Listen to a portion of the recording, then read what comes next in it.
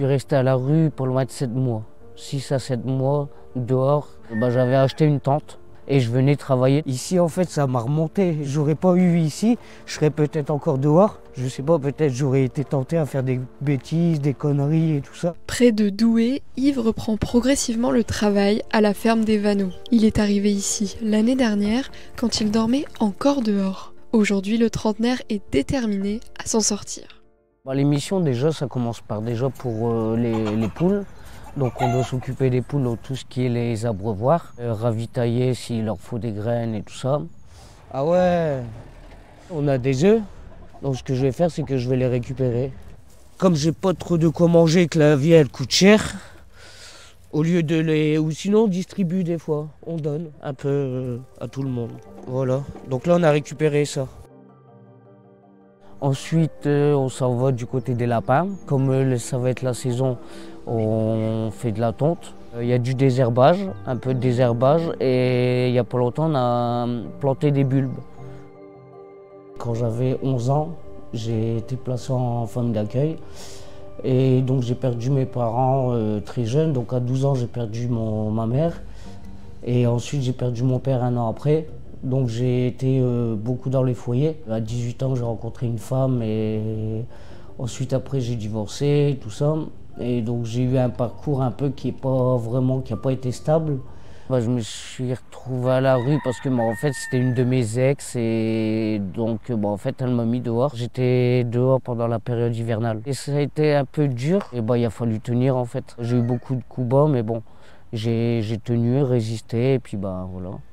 Donc je suis arrivé ici, donc j'avais pratiquement rien. De reprendre le travail, ça m'a permis de réavancer et de reprendre des responsabilités, de reprendre confiance en soi aussi. Parce que quand on est dehors, on peut perdre confiance. Ok, d'accord. Je suis pas assez grand pour... Je suis pas assez... Ah j'en ai mangé beaucoup, mais... À la ferme, Yves est accompagné par une éducatrice pour le suivre au quotidien. Il fait partie du programme Premières heures en chantier de l'association Convergence France qui aide les personnes en situation de grande exclusion à se réinsérer par le travail. Pour entrer dans ce programme, aucun prérequis n'est nécessaire, il n'y a pas non plus d'entretien d'embauche. Premières heures en chantier, du coup, c'est un programme qui est sur les chantiers d'insertion. C'est vraiment dédié à un public qui vit à la rue ou en tout cas qui a connu la rue. Dans l'objectif vraiment d'aider ces personnes en tout cas à sortir de la rue et à entamer le projet qu'elles souhaitent. En fait, on va démarrer quasiment pour tous en fait au départ à 4 heures par semaine, ce qui équivaut à une matinée de travail pour créer le lien, recréer le lien pour nous connaître la personne. Et après, on va évoluer progressivement sur la montée en charge. Donc ils vont passer de 4 heures à 8 heures. Et puis après, selon les besoins et la personne et ses souhaits, on va pouvoir aller jusqu'à 20 heures. Là, sur le parcours d'Yves, là on est sur la dernière étape du programme Premières heures en chantier. Donc là, ça se passe plutôt bien pour lui. Donc la suite de parcours, ce sera qu'il intègre du coup un chantier d'insertion classique où du coup il pourra travailler à plus de 20 heures. C'est génial de voir que c'est un dispositif qui permet vraiment aux personnes de se révéler pour beaucoup. C'est pour ça qu'on se lève le matin, donc c'est chouette. Des fois, j'avais rien à manger, donc des fois, elle me disait tu veux ça à manger, pour ça, pour manger. Donc même ici, on a beaucoup aidé pour ça, pour les vêtements aussi. Elle a réussi à m'avoir des vêtements gratuits. Donc des vêtements chauds pour l'hiver. C'était bien parce que dehors, j'avais pas beaucoup de vêtements. Des fois, on se faisait voler, ça m'est déjà arrivé de me faire voler des vêtements. Ça m'a permis de me rhabiller un petit peu, au moins un minimum déjà. Après, si tu veux, je vais le faire au râteau. Aujourd'hui, vous gagnez combien ? J'ai le RSA plus ce que je touche ici. Ça me fait à peu près du 700, 800 à peu près, approximatif. Les salariés sont payés à la journée, au SMIC. Donc j'avais des fiches de paye et tout ça, donc c'est ce qui m'a permis aussi d'avoir un logement. Là, on s'en va chez moi. Ça va chez moi, donc mon logement que j'ai eu le 29 janvier. Donc ici on est dans mon nouveau logement.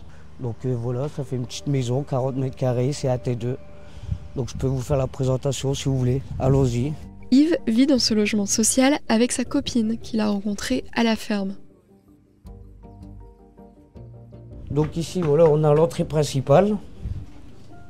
Voilà, donc ensuite on a la petite salle de bain. Ici on a mon salon. Tout ce qui est ici, J'ai réussi à avoir par des associations des personnes qui donnaient, donc parce que ça coûte assez cher, donc j'ai réussi à avoir des dons. Donc tout ce qui est là, on me l'a donné. C'est quand même plus confortable d'être ici, d'avoir du chauffage pour pouvoir se laver, que d'être dehors et pas pouvoir se laver. Et je trouve que je suis heureux en fait maintenant. Je suis moins déprimé, on va dire. En sortant de la rue, les anciens sans-abri rencontrent de nombreuses difficultés.